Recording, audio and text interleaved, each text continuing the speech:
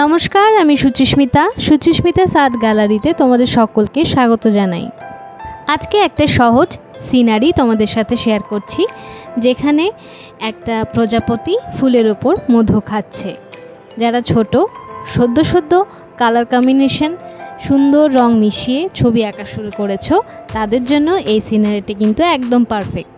আমরা একদম ছোটোবেলায় যে গোল গোল প্রজাপতি আঁকি, এটাও কিছুটা সেরকম, তবে আমরা চারপাশে যে ধরনের প্রজাপতি দেখতে পাই, এই প্রজাপতি কিন্তু একদমই তার মতো দেখতে।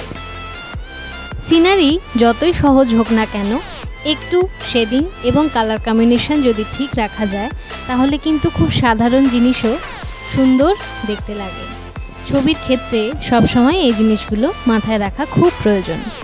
আর ফুল, যে কোনো রকম ফুলই কিন্তু এই ধরনের গোল পাপড়ি দিয়ে তোমরা করতে পারো।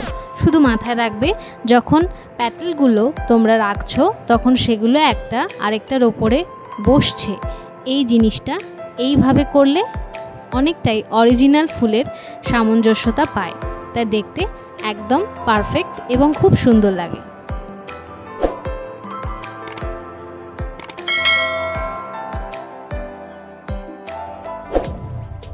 যেমনটা সব ভিডিওতেই বলে থাকি, সব সময় ছবি আঁকার ক্ষেত্রে পেন্সিল রাবার ইউজ করবে।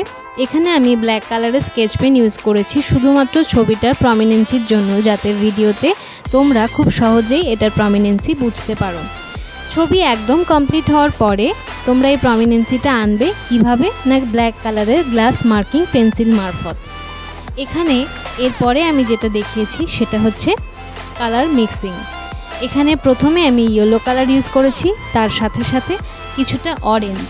ইয়েলোর বেশ কিছু শেড তোমরা এই প্যালেট বক্সে পেয়ে যাবে।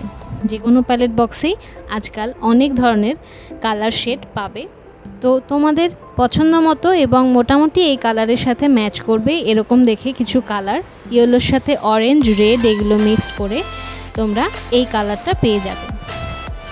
ছবি আঁকার ক্ষেত্রে এই ডিরেকশনগুলো তো আমি দিয়েই থাকি, কিন্তু যারা ছবি আঁকতে ভালোবাসো, তাদের মধ্যে কিছুটা যদি ভালো লাগার জায়গা থেকে থাকে, তাহলে তোমরা বিভিন্ন রকম জিনিস সৃষ্টি করতে পারো।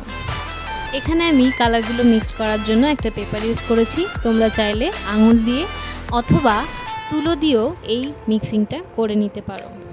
ডোমস যে কোম্পানিটা, সেই কোম্পানির রঙে কিন্তু এই মিক্সিংটা ভীষণ ভালো হয়। তাছাড়া অন্যান্য কোম্পানির রঙেও তোমরা নানানভাবে চেষ্টা করে দেখবে যে সেগুলো মারফত কিভাবে তোমরা এত সহজে রং মিক্সড করতে পারছো। যে কথা বলছিলাম, যারা ছবি আঁকতে ভালোবাসো বা যাদের মধ্যে ক্রিয়েটিভ মনটা ভীষণভাবে তাড়না দিয়ে থাকে, তাদের সবসময় আমি বলি, বা তাদের জন্য এই কথাগুলো থাকে, যে কিছু না কিছু সৃষ্টির মধ্যে থাকো। তাহলে পারিপার্শ্বিক যে সমস্ত সমস্যাগুলো আমাদের সবসময় মানসিকভাবে পীড়ন দিচ্ছে, সেই জিনিসগুলো থেকে আমরা অনেকটাই দূরে চলে যেতে পারি বা নিজেদের একটা আলাদা জগৎ তৈরি করতে পারি। যে জিনিসটা হয়তো আমাদের চারপাশের কিছু মানুষের মধ্যেও সুপ্রভাব ফেলতে সক্ষম হয়। যারা একেবারেই আমার চ্যানেলে আজকে প্রথম ভিজিটার, তাদের জন্য বলবো, তোমাদের সকলকে প্রথমেই স্বাগত জানাই। এবং এই চ্যানেলে তোমরা বাচ্চাদের জন্য বেশ কিছু টিউটোরিয়াল ভিডিও পাবে, তাছাড়া পাবে বড়দের জন্য ফেব্রিক পেন্টিং টিউটোরিয়াল ভিডিও। যদি তোমরা আমার চ্যানেলের প্লেলিস্টে একটু অবজার্ভ করো, তাহলেই বিভিন্ন রকম টপিক এবং পরপর স্টেপ বাই স্টেপ কোন কোন স্কিল তোমরা ফলো করলে সহজে এই ধরনের কাজ করতে পারবে, তার কিছু টিউটোরিয়াল ভিডিও আমি দিয়ে থাকি। তাই তোমরা যদি আজকে প্রথম আমার চ্যানেল ভিজিট করে থাকো, তাহলে রিকোয়েস্ট করব অবশ্যই আমার চ্যানেলটি ভিজিট করো।